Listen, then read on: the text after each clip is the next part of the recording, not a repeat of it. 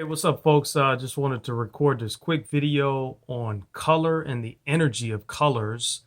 And hopefully, I'll be able to hold this camera at the proper angle so it doesn't look like my face is right in the freaking frame of the doggone video by the time this thing is complete. And in particular, the color gray is one of the trends I've noticed in society that I just find interesting and almost kind of weirdly, in a weird way, kind of disturbing. Okay, see, there we go. The camera's drifting again. And I apologize. I'm working at this thing, get better with this stick thing and, this whole technology thing.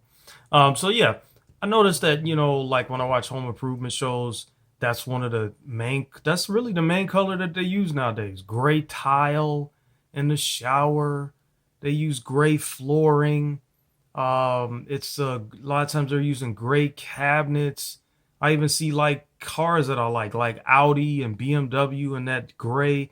It's just like a glorified primer with a coat of clear on it.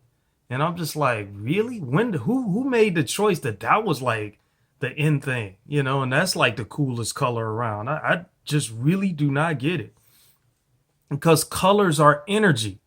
And the more we keep colors, if I can freaking hold the camera right, the more that we can keep colors, uh, like even the color on this wall, it's not like super hot, but like let's say in terms of like va va voom, but for a bedroom, you actually want it to be more calming and soothing and serene. Something that creates more of a soothing atmosphere because your bedroom is really your sanctuary, your place where really your home is, not just your bedroom, but in particular your bedroom. Because I've studied feng shui, and they talk about that how like your bedroom, you shouldn't really allow anybody in there, not even your children, really, except like you and your spouse, and definitely not folks that family and stuff like that.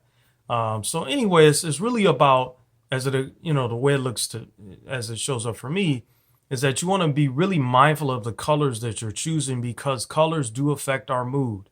I went to a lecture on that where she actually had a couple books that she referenced. Haven't had a chance to pick them up yet. I actually have them on my wish list on Amazon, but I've studied some things around colors just from the using. I use crystals a lot, and I get crystals for different colors, for different what they energies they represent, and different days of the week and things like that. So again, it's really just about understanding that if you want to produce a certain effect, if you want to have your mood be brighter, lighter, happier, more positive, then use colors that are more vibrant. Like depending upon the room in the house, you might want to use yellow, you might want to use orange, you might want to use red. You have to be real careful with red though, because that's a very intense color, very lustful, very, warlike.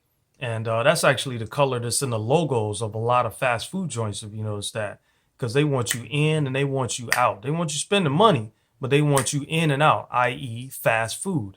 And also, the color that's in their logos a lot of times is yellow, and yellow is the color of hunger. So it's all psychological. You look at like the middle tier restaurants that are, considered to be a notch above, like your fast food joints. Typically, they're going to have, more earth tone type colors like your olive greens or your beiges or your, like rust colored orange, things like that, because they want you to sit and stay. They want you to order drinks. They want you to, have an appetizer, have your main course, have a dessert. It's just a different psychological effect that they're going for. And the price point on most of those food products and those higher end restaurants, I know because I used to work at one back in Detroit, is not cheap, you know. And at the same time, that's you're paying for the ambiance, you're paying for the whole, experience of everything. So when it comes to your home and the colors that you choose, when it comes to the vehicle that you choose, when it comes to the color of the clothes that you wear, all that's going to affect your mood. I mean, I used to date a woman and she was a Pisces. Pisces are very intuitive and very feeling creatures, and they're just locked into everybody's energy a lot of times, and that can be good and bad. And I have a Pisces ascendant, from an astrological point of view, so I can relate. But she said every time she wore the color red, she felt that much more lustful and passionate. So, kind of jokingly, I said, well, yeah, let's make sure that you wear red more often. So, so it really just boils down to what effect are you going for. So if gray is your thing, then do that. I am going for more energy and a brighter, soothing, calming effect. In some places, I will use red, and I might have a little touch of gray here and there. And for them to be using it in the way that they are with these home improvement shows and a lot of the things that I see in society, it almost comes across to me as like this subtle way of pacifying people.